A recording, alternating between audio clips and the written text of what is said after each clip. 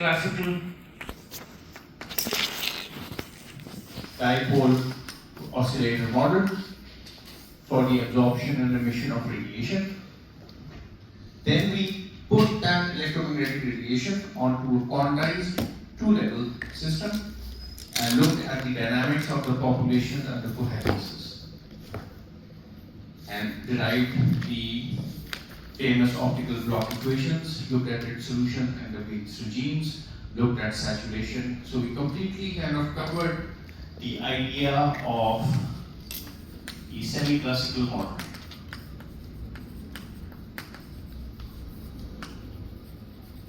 For a two-level quantum system, right? This is what we've done so far in this course.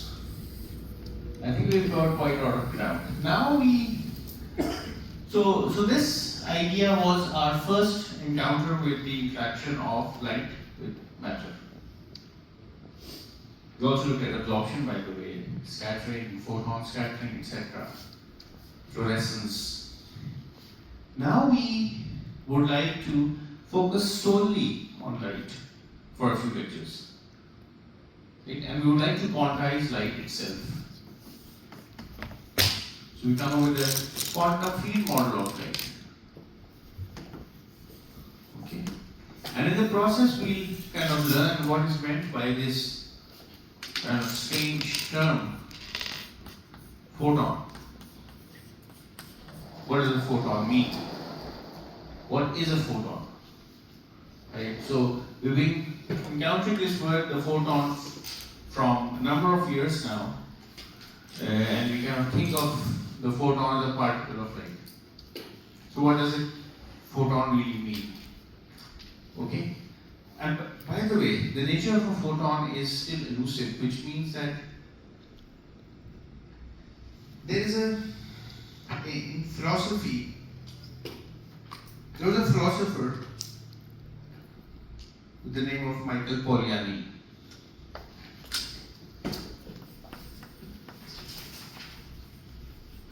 Michael Polanyi kind of he's a philosopher, especially a philosopher of science, and he once writes in one of his writings, I read that about the physical world, he writes that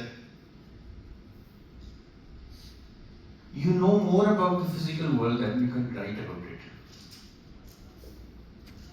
You know more about the physical world than you can write about it.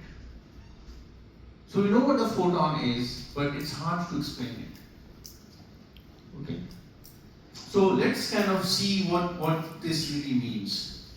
Now, in order to describe the photon and the quantization of light, we would like to start with the model of a harmonic oscillator. This is something you're already very familiar with, so we'll not kind of go into lots of depth. Again, suppose I have a harmonic oscillator, mass m, some spring constant k. The Hamiltonian for this harmonic oscillator, h, of course, it's given by p squared over 2m plus half m omega squared x squared, right? This is the Hamiltonian for a one-dimensional harmonic oscillator. And when I write p, it means p along x. So considering a one-dimensional system so far, this is the kinetic energy and this is the potential energy. Okay, so we do also know that the potential energy curve for this system looks like a parabola. This is x. The potential energy is half k, which is half m. K is, what is K? Omega,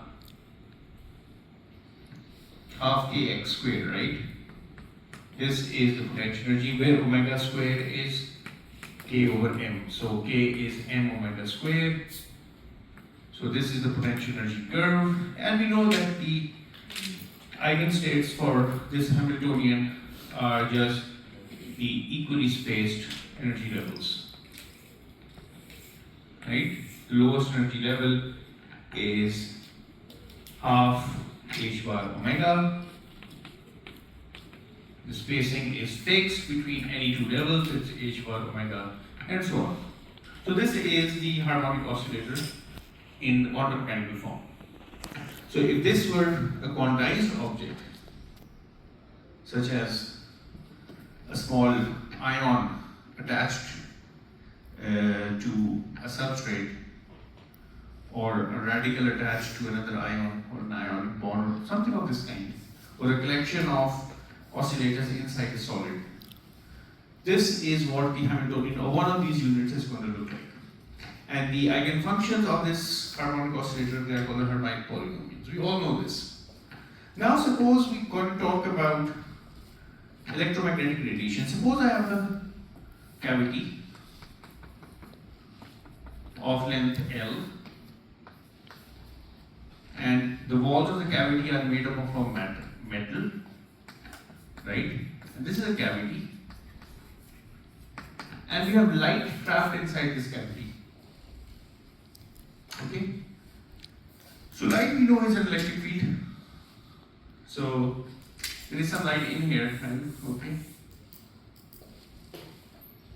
So this electromagnetic radiation will have electric field and associated magnetic field.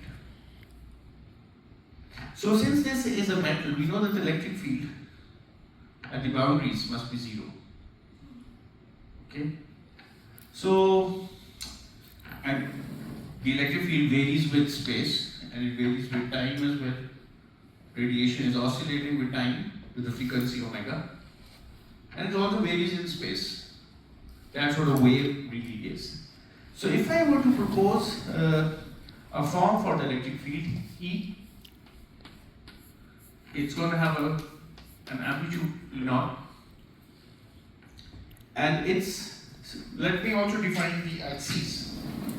The axis here is, suppose this is my z-axis, this is my x-axis, and y is out of the plane of the paper.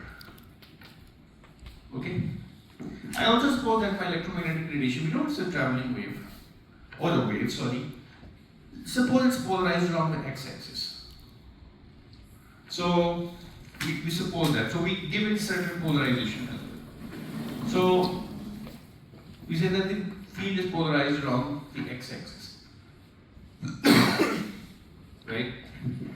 And this field is going to vary with time because it's a wave.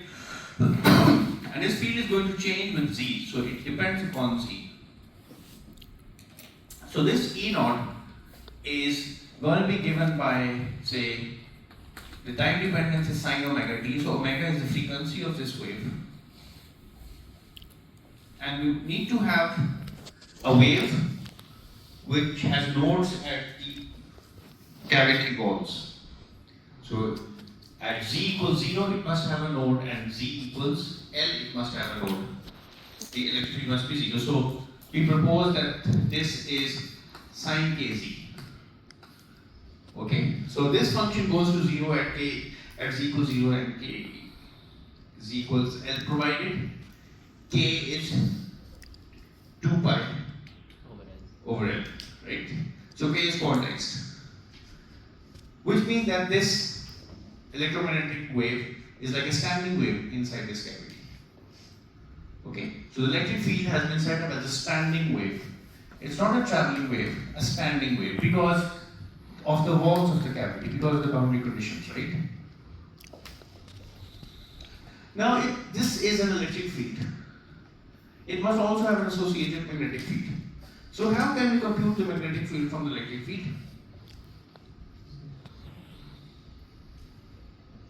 कैसे कर सकते हैं? Maxwell equation. तो एक Maxwell equation हमें पता है कि वो है आपकी एम्पीयर्स लॉ. ठीक है, पहले लेक्चर में हमने 4 मैक्सवेल इक्वेशंस लिखी थी. ठीक है, मैक्सवेल इक्वेशंस आती है ना? Yes sir. ये जो कंप्यूटर साइंस वालों ने इलेक्ट्रिसिटी और मैग्नेटिज्म निकाला है ना, ये बड़ा खराबी की है. रखना चाहिए. So this is mu naught epsilon naught plus mu naught Jc. This is Ampere's law, Maxwell's equations. Okay, now this is the curl of a magnetic field. This is the time derivative of electric field. This is the conduction current density. There is charge flowing inside this medium, but we are assuming free conditions, which means there is no flow of charge, so this is zero. Right? There is no current, there is no conduction current. This term, by the way, is called a displacement current as well. So जो हमने black body radiation के अंदर lecture के अंदर काम किया था, ये वही चीज़ नहीं? हाँ, लेकिन वो एक खास टेम्परेचर पर है, इसमें हमारे टेम्परेचर का कोई इम्पैक्ट नहीं है, और उसके अंदर मुख्तलिफ फ्रीक्वेंसीज मौजूद हैं. ये हम एक ही फ्रीक्वेंसी पे बात करें. जो ब्लैक बॉडी रेडिएशन के अंदर there's a whole distribution of frequencies, right? And there's an intensity associated with each frequencies. Here we're talking about a fixed frequency, fixed omega, just one frequency, which is called monochromatic radiation. We're talking about a fixed direction k. In our case, the direction is z, and we're talking about a fixed polarization, right? So this is what we're talking about. Good question. By the way, this combination defines a mode. So we're talking about just one mode of the electromagnetic radiation trapped inside the cavity. Now this is our Maxwell's equations. We know what E is. This will only have an x component because E is polarized along x. And we know that for electromagnetic wave, the magnetic field is also going to be perpendicular to z. It is going to be perpendicular to x. So it must only have a y component. So the magnetic field, suppose a magnetic field B, which just has a y polarization. And this also varies as, it's a function of z and t. But it just has a y component. So now we want to find out a form for By. In order to find a form for the By, let's look at the left hand side. We have x, y, z. This is a cross product. Partial x, partial y, partial z. There is no bx, there is some by, and there is no bz, right? This is the left hand side. So this gives us x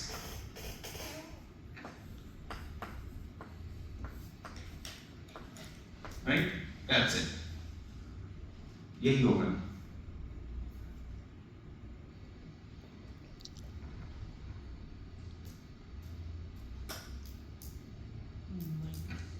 Right? And y, the component of y cannot vary along x as well. So derivative of By with respect to x is also 0 because By is only a function of z and t. Right? That's the only thing that we have. So this means that the left hand side is given by this, or this equation, correct? And the right hand side is mu naught epsilon naught, and the derivative of the electric field E naught sine kz omega, right? Cosine omega t. So in the x direction, right?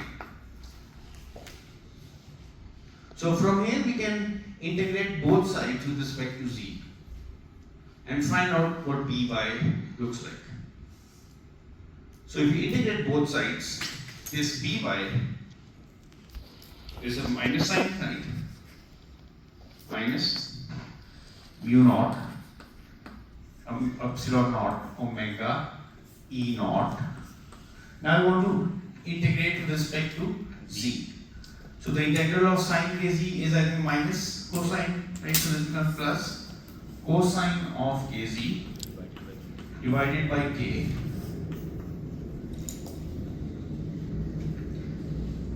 and cosine omega t.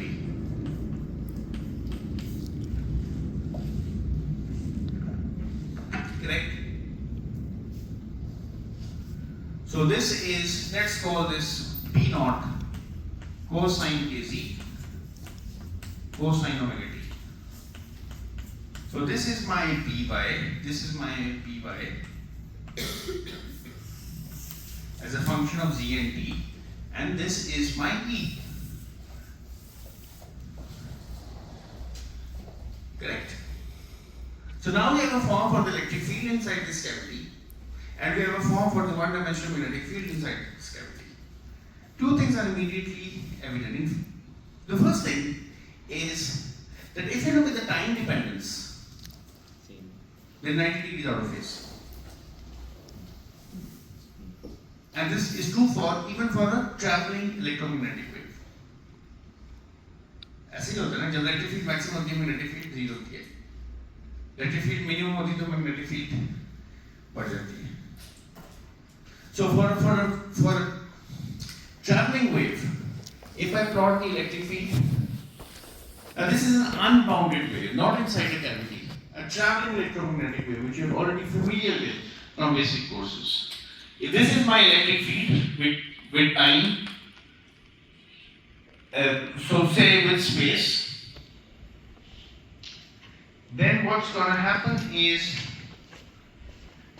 we know that there is an associated magnetic field with this as well, and that magnetic field is 90 degrees out of phase.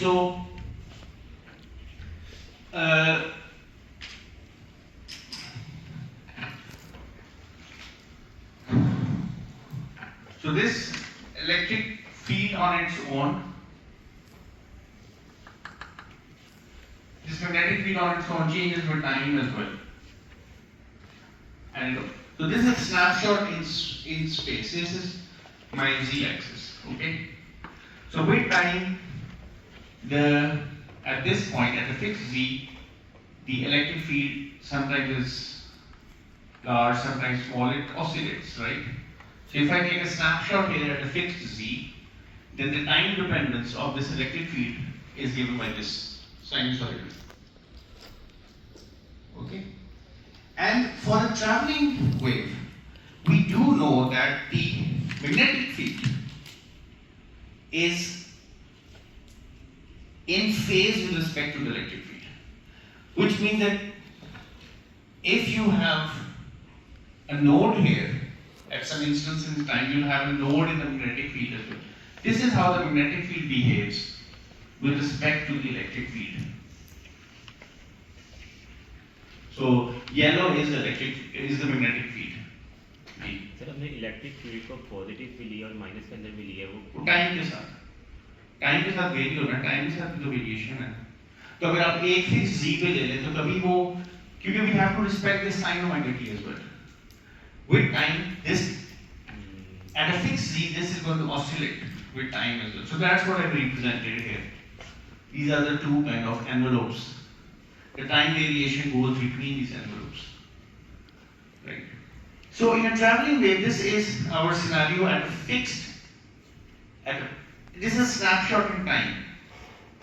And these inner curves that I have represented are the snapshots at various times.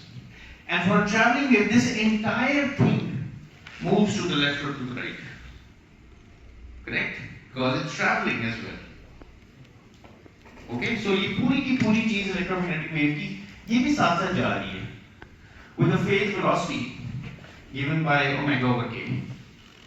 So this is a traveling wave, but this is an unbounded wave, not inside a cavity. And you observe that the electric and the magnetic field in space they are in phase. जब इसका minimum है, इसका भी minimum है, इसका maximum है, उसी time पे इसका भी मैक्सिमम हो रहा है. But this is not true for a cavity. Look at these terms, the sine term and the cosine term here. Here, there is 90 degrees phase shift even in space. and there's a 90-degree phase shift in time as well.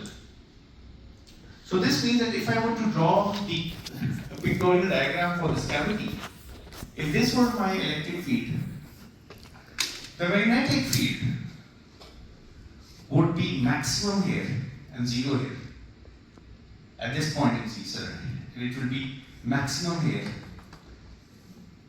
and zero here, maximum here, right? So there's a 90-degree phase shift between the magnetic field and the electric field in space as well. Yes, please.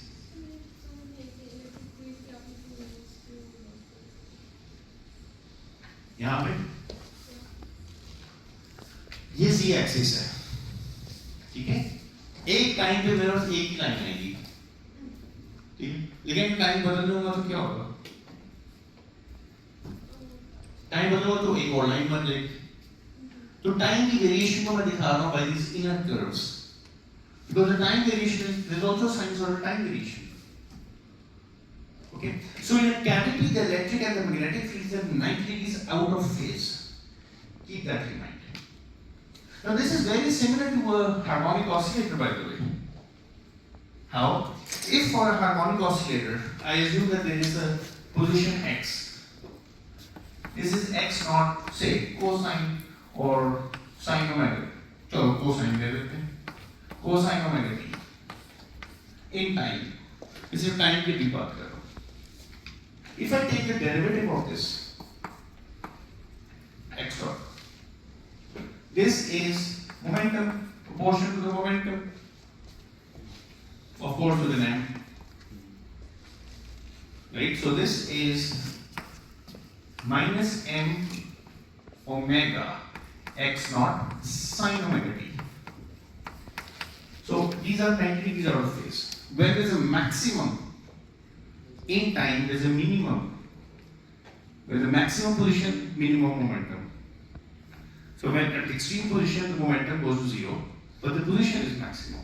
So in a harmonic oscillator, there is 90 degrees phase shift in time between position and momentum. There is also 90 degree phase shift in our case for electric and magnetic field, not only in time but also in space. So our electromagnetic radiation trapped inside the cavity is already started to look like a harmonic oscillator. Okay? So now we want to make the connection between these electric and the magnetic fields and the harmonic oscillator. Okay? So by the way, this term B naught is all of this. So let me kind of put this B naught. B naught is E naught multiplied by mu naught epsilon naught mu over K. Okay? So this is how I define E naught. समझिए? यहाँ पे समझ आ गई कि आपको? मैंने इस सारी जो कोफिशिएंट को B naught कह दिया. That's it. This is the amplitude of the magnetic field. All of this. I've called this B naught. Now B naught is equal to all of this. That's it. Now, if I go a little bit further, I will notice that this product of u naught and epsilon naught, what is this? It's 1 over c square. So this is E naught omega over k 1 over c square. But omega over k is c, speed of light. Suppose this vacuum inside the cavity. Omega over k is the speed of light. So this is really E naught over c.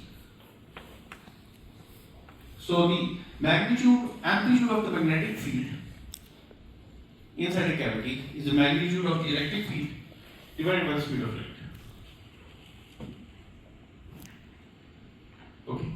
So now what we have in front of us is, we know what the electric field is and we know what the magnetic field is. So let's now start making the connection with the quantized harmonic oscillator. In order to do that, we need to find out the Hamiltonian for the electromagnetic radiation. And for that, we need to know the energy inside the system. So we always start from the classical formulas. the formulas for the energies are the same in the quantum in the classical world, right? Because the energy is just an energy or an eigenvalue corresponding to the Hamiltonian operator. So if I want to find out I know that the energy density U, small u, inside this cavity, हम देखें ना u omega हमने देखा था ना, u at some omega. Now I'm fixing omega, so I just put u. I know that this is half. क्या होगी energy inside electromagnetic? Epsilon naught E square plus magnetic field के अंदर भी energy है, which is B square over mu naught. So this is my energy at a particular frequency. The total energy will be this energy density multiplied with the volume of the system. Correct? So if I want to find out the blackboard का क्या है इस्तेमाल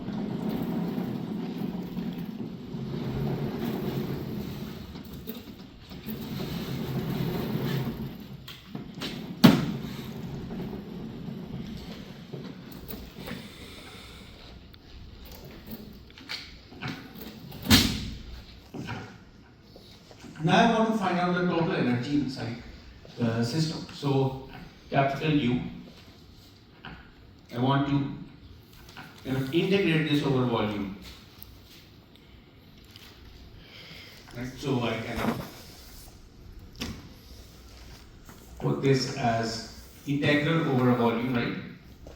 Half epsilon naught. Now what is my E square? E square is this thing.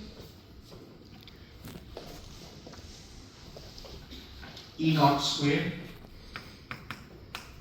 sine square kz sine square omega t plus 1 over mu naught. Let's keep it at b naught square for the time being.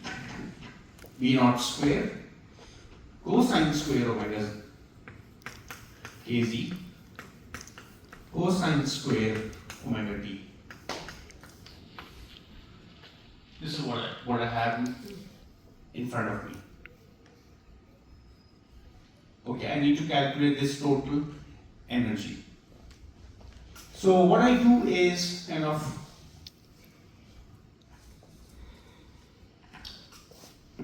one half epsilon naught E naught square sine square omega t. I want to integrate this over the volume, है ना? तो मैं इसको करता हूँ A common ले लेता हूँ तो area, and I integrate this over the length d z sine square k z. D goes from 0 to L plus 1 over mu naught B naught square cosine square omega t A, and I'm left with dz cosine square kz. Correct? So I can compute this total energy inside this cavity.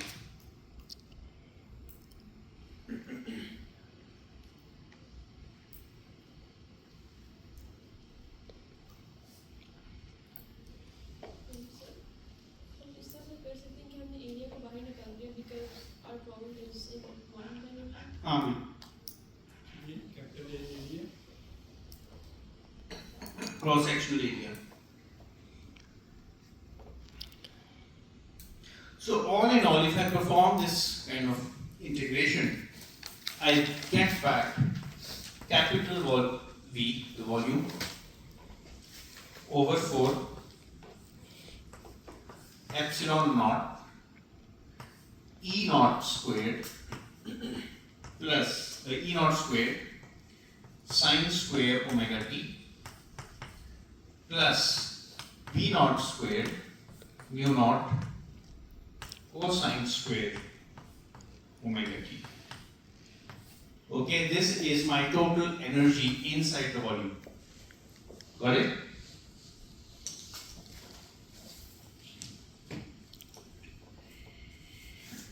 Alright, now I want to, this is already looking like a harmonic oscillator. So if you look at the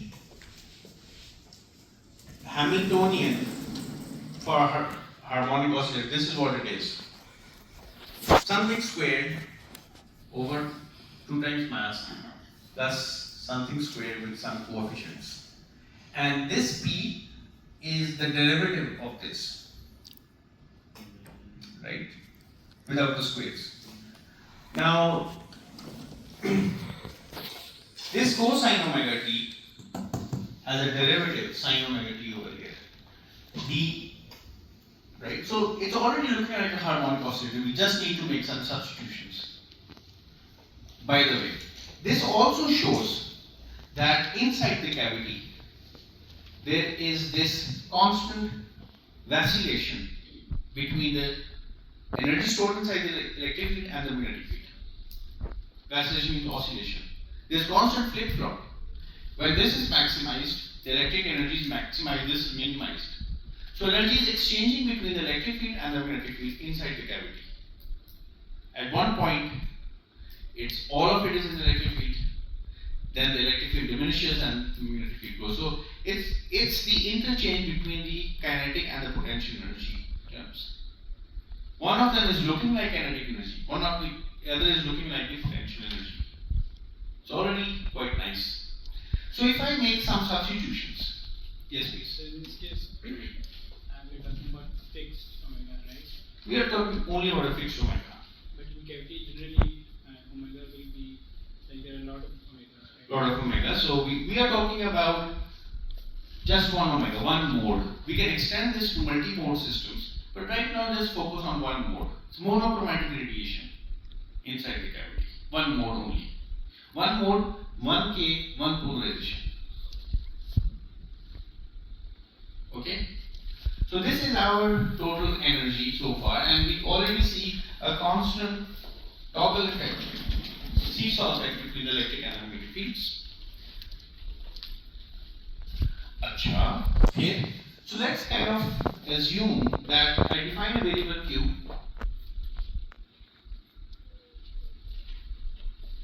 and I kind of put this equal to E naught sine omega t with some factor v 2 epsilon naught omega squared. Right? So let me define this change of variables. Something that is proportional to the electric field, I call it Q.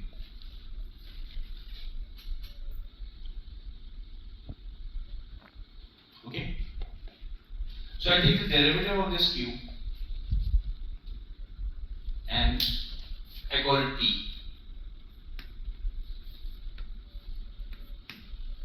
This P and Q are very similar to canonical variables that we use in classical mechanics, right? So I have defined the electric field intensity with its time dependence to be Q. ये मेरी मर्जी है, मैंने define कर दिया a new variable. ठीक है? But these terms here, this has unit, इसके units हैं proper. ठीक है? Q के भी units joules हैं. ठीक है? आप इसको verify कर सकते हो. Now, if I take the derivative of this and define it as P, so I will get the volume 2 epsilon naught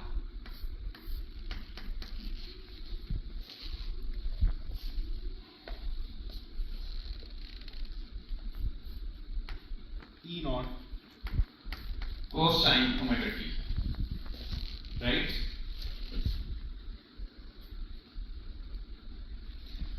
ये omega square है ना, तो ये omega से cut. Okay, so this is my definition for Q and this is my definition for P. right? So E naught I know is equal to B naught over C. So so now I want to express this total energy in units in terms of Q and P. Okay? Using this formula that E naught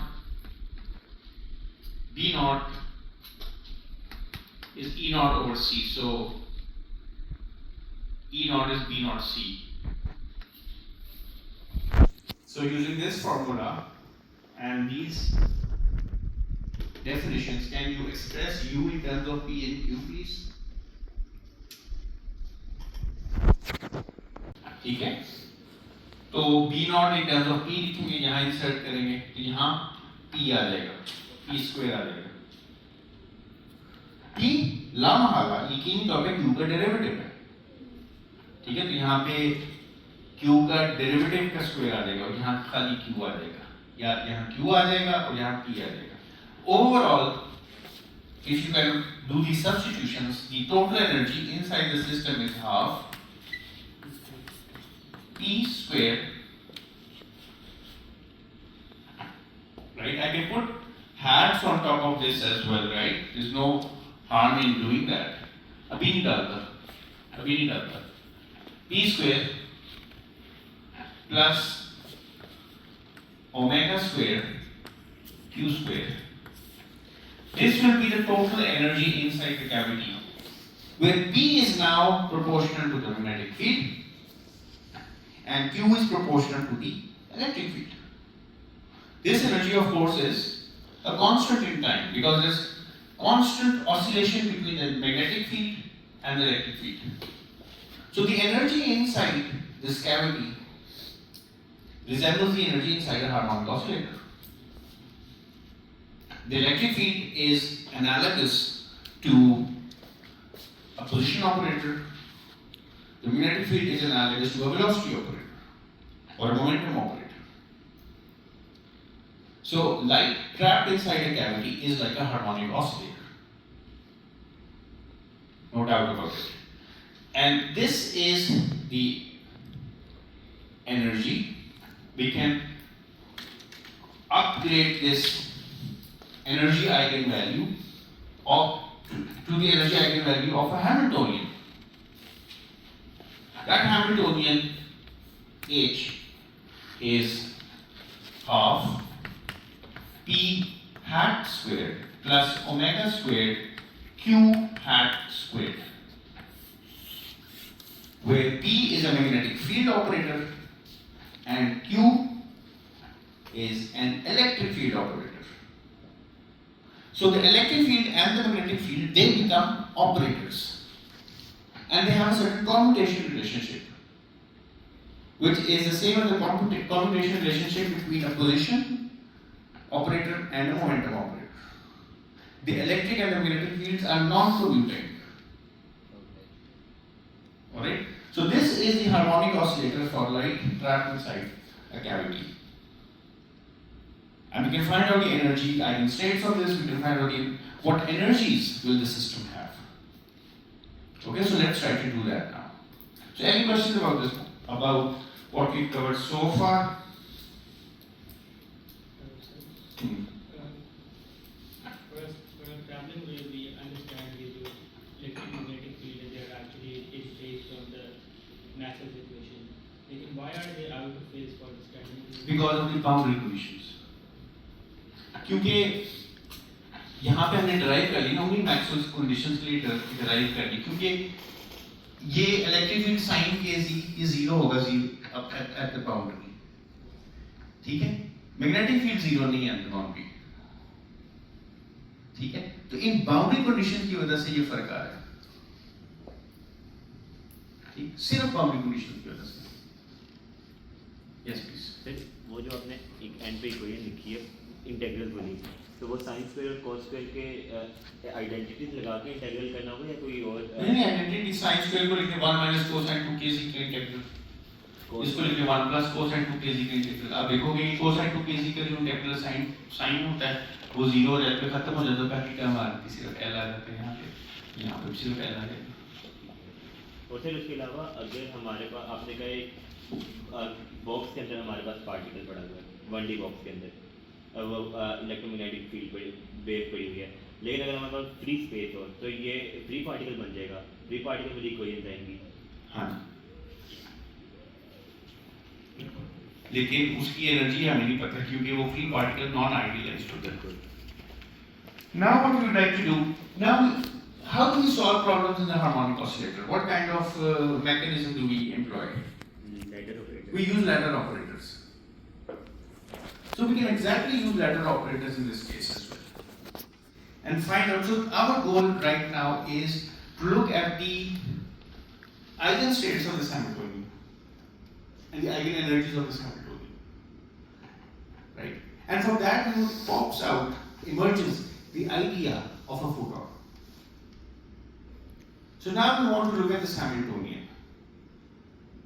Right? And kind of, I would say that new quantum states come out which are eigenstates of this. Those quantum states are called number states. Why do we call them number states or Fock states? So that's what we're going to analyze now. So now we're going to talk about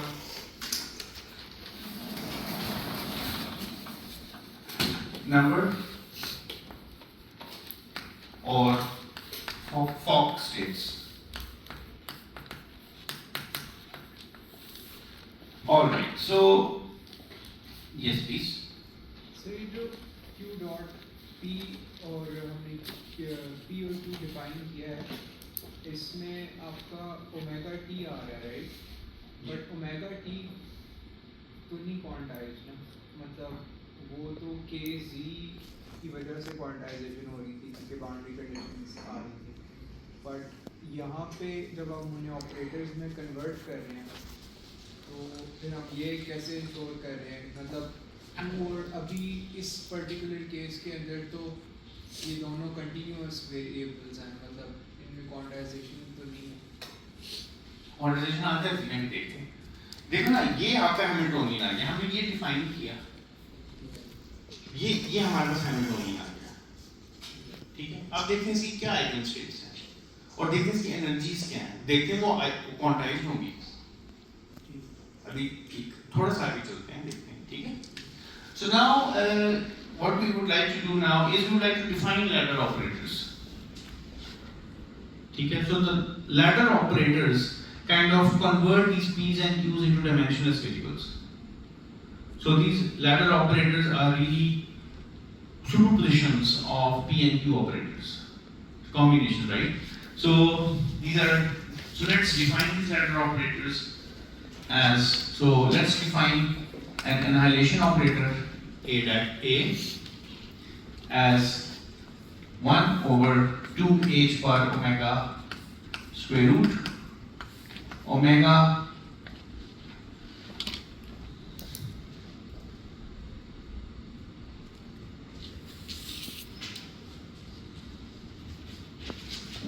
x plus IIT.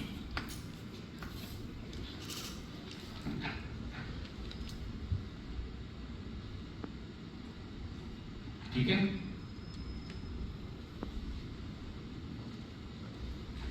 क्यों कह रहे हैं इसको, ठीक है, क्योंकि यहाँ मैंने क्यों इस्तेमाल किया, x भी कर सकता था, ठीक है, हम x भी कर सकते हो ना, मैंने क्यों इत्तेफाक से कर दी, चलो कोई बात नहीं। So this is my annihilation operator, my creation operator is this.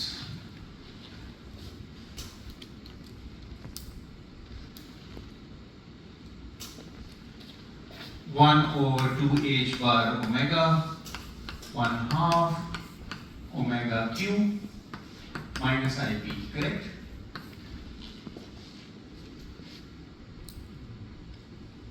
Now I invert these relationships. So these are the two ladder operators. These ladder operators are combinations of q and p, and they are composed in such a fashion that overall this becomes dimensionless. Okay? P and Q do not have the same dimensions, that's why we have this omega multiplied with Q. So all of this is now a dimensionless annihilation operator, this is a creation operator. Both of them are called ladder operators. So now we have this Hamiltonian. We would like to express this Hamiltonian in terms of the ladder operators. So we invert these relationships, right? So kind of we add them and we subtract.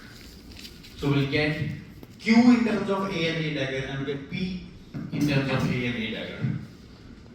So if I were to do that, my Q becomes H bar over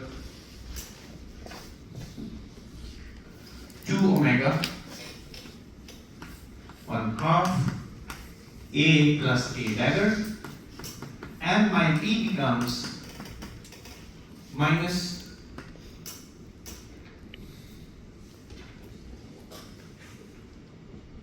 H bar omega over 2 1/2 A minus A dagger.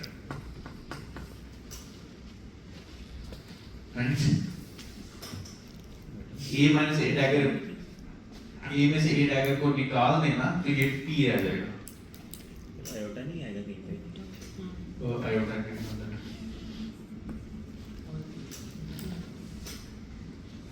ठीक है?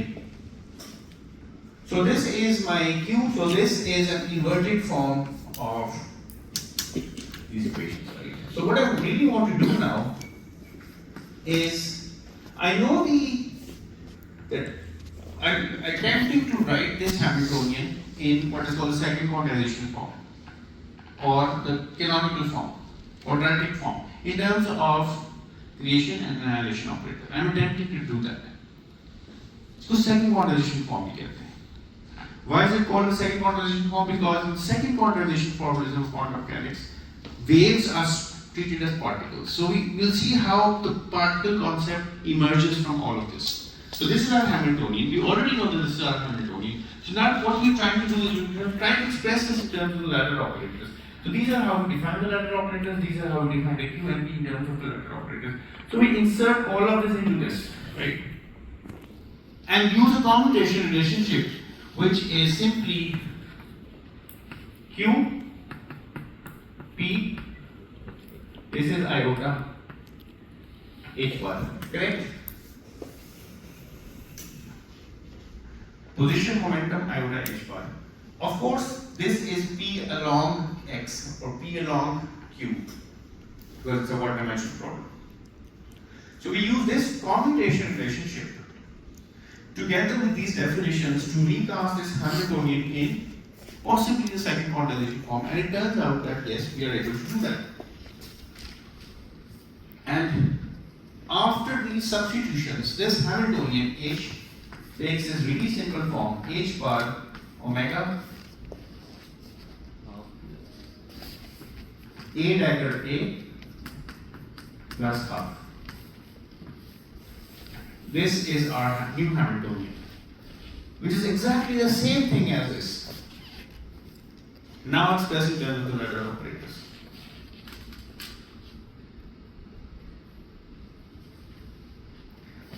Now we spent lifetime on this. We already know what the eigenstates of this Hamiltonian are. We know what the eigenenergies of this Hamiltonian are. Let's bring home these ideas a bit further. This light inside a cavity therefore behaves like a harmonic oscillator. In second quantization form, it's exactly isomorphic to a quantized harmonic oscillator. ठीक है? जिसकी energy manifold हूबहू यही है. It's exactly this.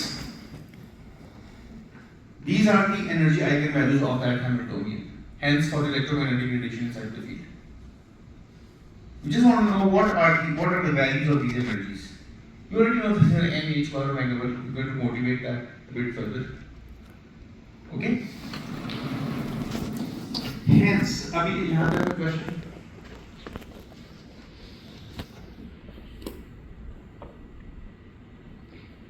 So at this stage, let's kind of focus a little bit on what is the role of the ladder operators. Okay, because that's going to build this idea of the photon. Suppose the eigenstates of this Hamiltonian are represented as psi with some index n, allowing for the possibility of a quantum number n. Suppose these are the eigenstates of this Hamiltonian, which really means that when this Hamiltonian acts on psi n, which means all of this is acting on psi n, and get some energy En, let's call that energy En.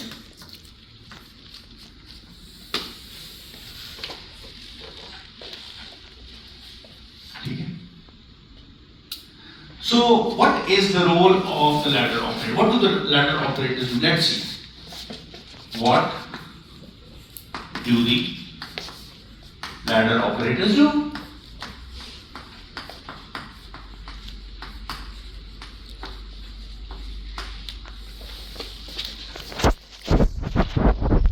So let's see what. So I have an eigenstate of the Hamiltonian, some eigenstate of the Hamiltonian psi n is as yet unknown, and I put the creation operator on it.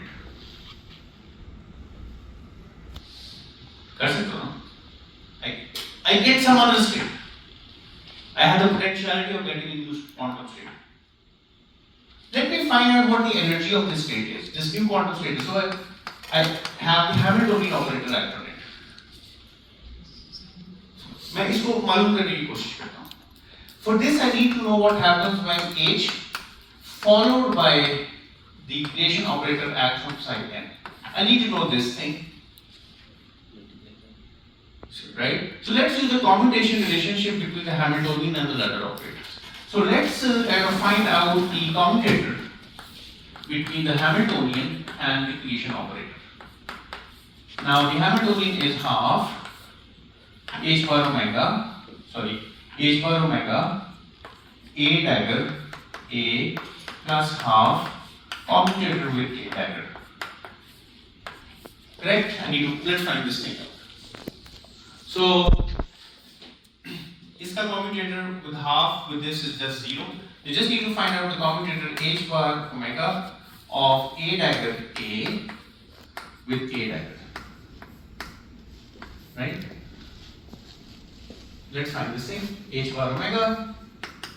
This is a dagger a dagger minus a dagger a dagger a.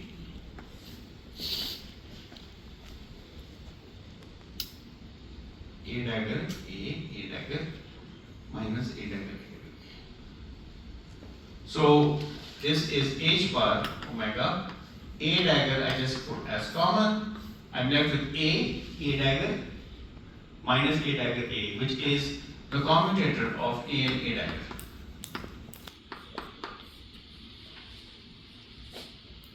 Now what's the commutator of a and a dagger? 1. That comes from this relationship and this relationship. Okay, if I find the commutator of these two operators, which means commutator of this with this and use this relationship, I'll get 1.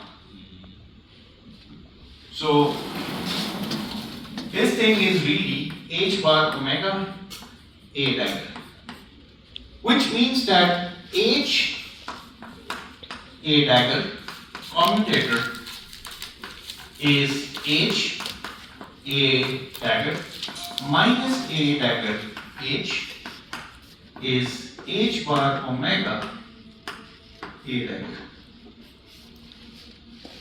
which means, so now what do I want? I need h a dagger.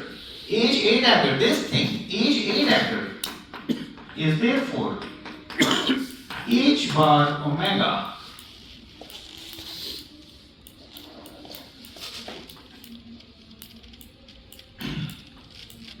a dagger plus a dagger h. a dagger h.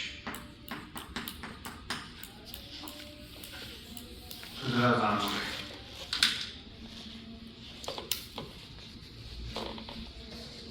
Acting on the creation operator when superimposed on an eigenstate of the Hamiltonian is this thing, h bar omega a dagger psi n plus A dagger, H acting on psi n.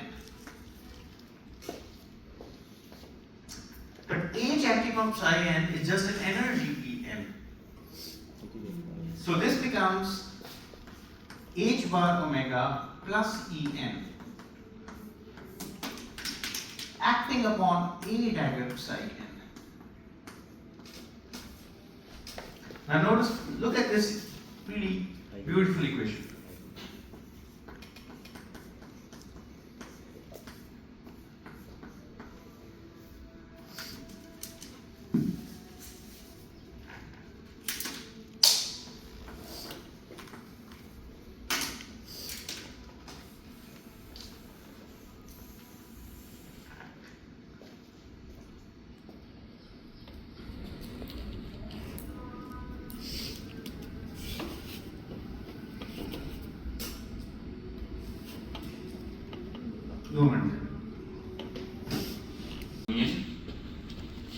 Can you guess what this will yield? minus h cut omega plus em. Right. This will yield minus h bar omega plus En A psi. So what the creation and the lowering of annihilation operators are really doing, the destruction operator, they are raising or lowering the energy of, they're creating a new quantum state. This quantum state is not psi, this is some new quantum state. And they're creating such a state whose energy is h bar units above or below the original. So the ladder operators are adding or subtracting energy from this cavity. And this addition or subtraction is happening in units of h bar omega. So far so good. H bar omega बड़ा खूबसूरत एक चीज है. So all this addition and pumping out of energy is happening in units of h bar omega. Now we want to find out what are these psi n's, what are these eigenstates, what do they look like, and what is the energy of each eigenstate. We still don't know what's the energy of each eigenstate. We know that the creation operator and the destruction operator are adding energies in units of h bar omega or subtracting energy in units, but we don't know what's the energy of each of these levels. Hence, we would like to find that out. And in order to find that out, we know that there is some situation with ladder operators. We do know that there is this particular thing about their algebra. That is, if you have a ground state and you try to subtract energy from it, you will not be able to do that. Because the ground state is the minimum energy state. So let's call that state psi n equals 0 or psi 0. Let's call this the ground state. Okay? We know that if we kind of take the lowering operator A and act on this, I should get 0. Suppose this ground state psi naught in the position representation is the wave function psi naught q, right, or psi naught. Okay? Suppose this is true. ठीक है? By the way, हम इन states को number representation में q की term लिख नहीं सकते by the way, लेकिन for purposes of definition, let's say that this is our psi naught. This is a wave function corresponding to the ground state. We can't write. There is no position representation for photons per se. That's why a photon is such a kind of strange particle. Anyway, this is the ground state wave function. If A acts on this, so if A acts on this wave function, if wave function पे act होगा, I should get 0. ये तो तय है ना. So what is A? My A is somewhere over. This is my A. इधर लिखा था A मेरा. ठीक है. वो है मेरा A ऊपर वाला. So 1 over 2 h bar omega, 1 over 2 h bar omega half omega q minus iota plus iota, P is minus iota H bar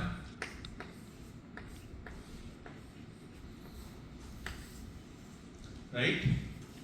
This acting on psi naught must be 0.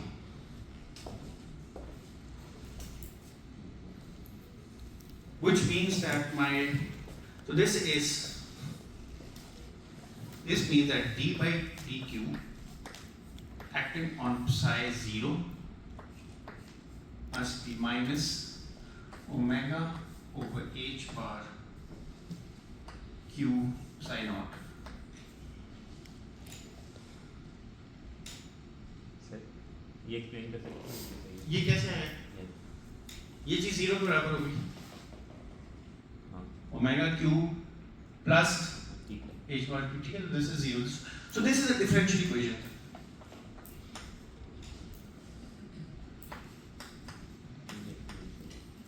Whose solution is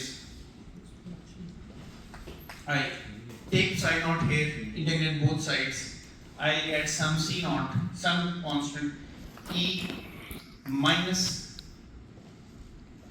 q square omega q square over 2h bar.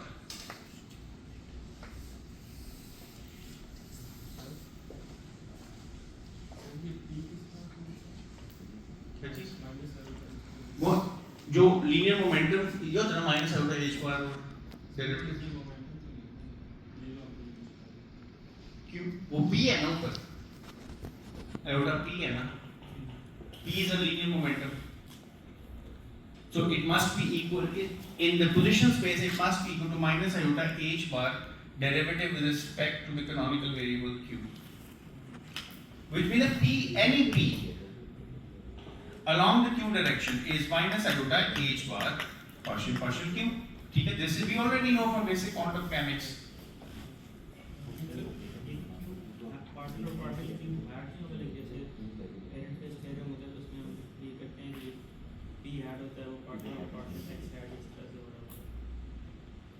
पहले मैं उनकी बात बता दूं. Sir, to the जो be suppose किए वो तो in terms of magnetic field right? तो initially हमने भी लिया था. अब इलेक्ट्रिक मैग्नेटिक फील्ड आप भूल जाओ ना. ये हमारा हैमिल्टोनियन है, ठीक है? वो हमारे ऑपरेटर्स हैं A in terms of P and Q, ठीक है? उसके नतीजे में this is our ground state wave function. When the lowering operator acts on this ground state wave function, I get annihilation, nothing. Now I express A in terms of the top equation Q and P. This is Q. These are hats. These are operators. And this is also an operator. P hat again. ठीक है? P hat को मैंने अब चूंकि I'm in the position representation, I'm expressing this in terms of derivative with respect to Q. So this is the equation that I get. I write this partial differential equation as an ordinary differential equation because I just have derivative with respect to Q. Solve this, I get this. This is a harmonic polynomial. If I were to plot this, this will give me the ground state wave function, which I can plot here. It's like a Gaussian function, right? This is the ground state wave function.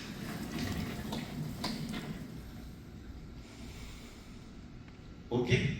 Now what I need to do is I found out the ground state wave function.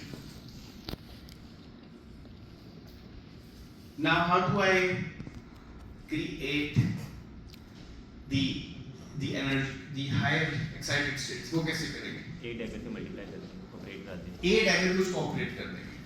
शाबाश.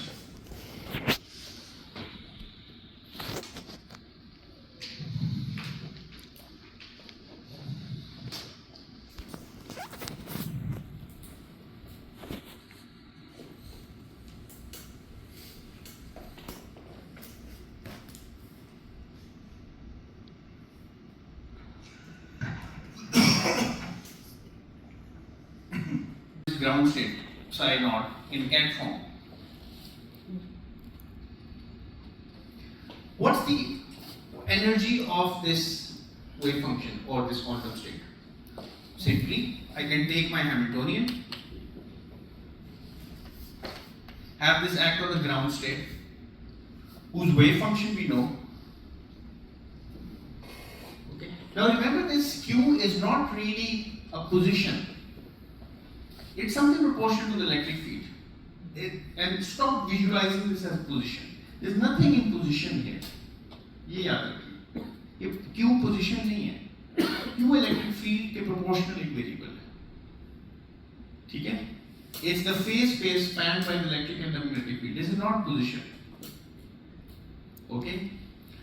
So that's what I meant by, we're not talking about the position variables here. In fact, it's impossible to put this cavity enclosed electric field in terms of a position. There's no position operator for a photon per se, whose expectation value gives the position of the photon. You can't do that. That's what I meant to say. Now, if I take this Hamiltonian H and it acts on this ground state, what is H? H bar omega, A dagger A plus half acting on the ground state. Now, when A acts on the ground state, I get 0. This term doesn't give me any energy. Right? So, the only energy that I get is H bar omega over 2 psi naught. But this must be the ground state energy, which I call E naught. So now I know the energy of this ground state. I know this energy.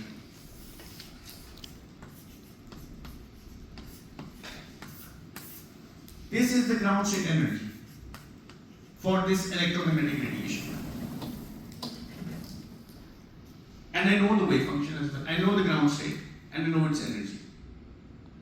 Now when I have the addition operator, creation operator act on this state, I get the energy E naught plus H over omega. And I get a new quantum state. That new quantum state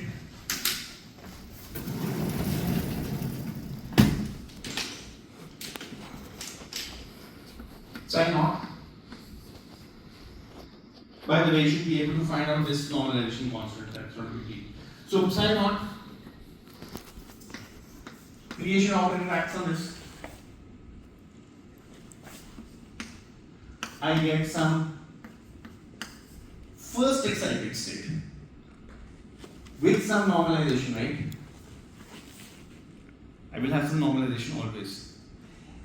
Such that when the Hamiltonian acts on this first so-called first excited state, my energy comes from here. E naught plus 1 unit of H bar omega. This is 3 over 2 H bar omega. Sorry, 1. So, this ground state energy H bar omega, which is really H bar omega half plus H bar omega, correct? This ground state energy E naught plus 1 unit of and one entity of H bar omega, one element of H bar omega. If I keep on adding the creation operator again and again, so I start off with the ground state, I have n impositions of the creation operator, and I follow this with some normalization constant, I'll get the nth excited state.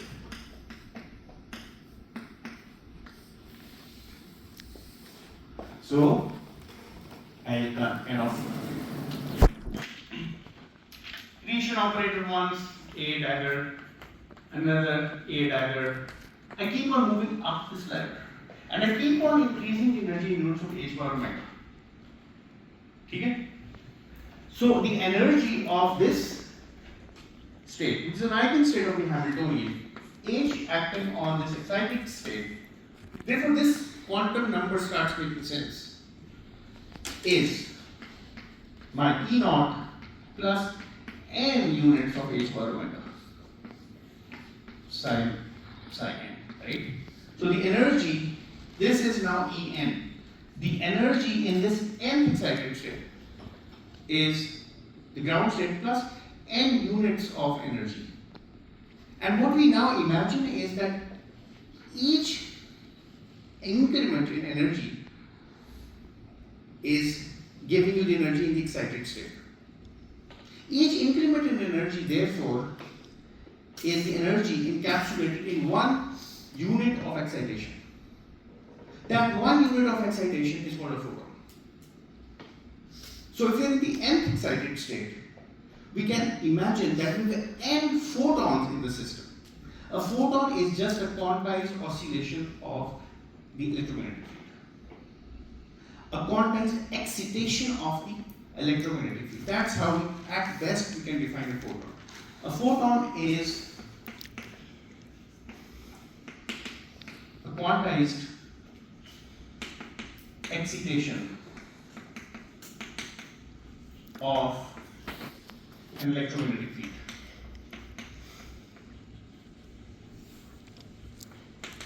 It's a quasi-particle. And such excitations of fields are called quasi-particles. A photon is a quasi-particle. A quantized oscillation of a lattice oscillation is called a phonon. Quantized oscillation of electromagnetic field together with a phonon is called a polariton. A quantized oscillation of spin wave is called magnon, and so on. A photon is just a quantized oscillation of the electromagnetic field. Each photon carries h bar omega. So we can, adding the energy is putting more photons into the system. Withdrawing energy is bringing out photons from the system. And this is what a photon really means. And these excited states can really be labeled as by the number of photons that are inside the cavity. So each psi n really can be labeled as the number of photons in the system. And these quantum states are eigenstates of the Hamiltonian. These quantum states are called Fock states or number states, in which there is a definite number of photons in the system. Definite number. There is no uncertainty in the number of photons. ठीक है? बाद में हम देखेंगे ये uncertainty principle कैसे satisfy होता है किसी और वेरिएबल में जो contribute a number of photons के वो टोट की uncertainty. ठीक है? So there is no uncertainty. Photons, states in which there is zero uncertainty in the number of photons, they are called Fock states or number states, and they are eigenstates of the Hamiltonian, and they carry energy n times h bar omega.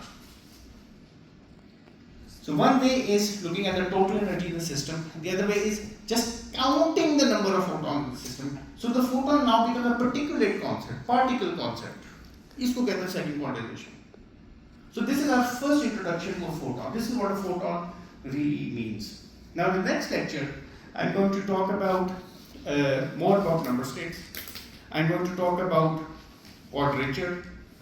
I'm going to talk about squeezing. And I'm going to talk about coherent states. This is all quantum chemical, by the way. एक classical दुनिया है, ठीक है? एक quantum दुनिया है. दोनों का कहीं ना कहीं मिलाप होगा. वो मिलाप होता है कोहेरेंट स्टेट्स पे. वो हम देखेंगे कैसे होता है जी. इसीलिए उन्हें पैकेट ऑफ एनर्जी कहते हैं मतलब. जी. ये एक फर्स्ट जब आप बच्चे हैं तो पहले आप इस तरह से फोटो. ये है असल में it's quantized excitation of electromagnetic field. ये मतलब है इसका. और अभी हम सिर्फ एक मोड के फोटॉन्स की बात कर रहे हैं. एक पोलराइजेशन, एक के वेक्टर और एक फ्रीक्वेंसी. चलो इंशाल्लाह मुलाकात.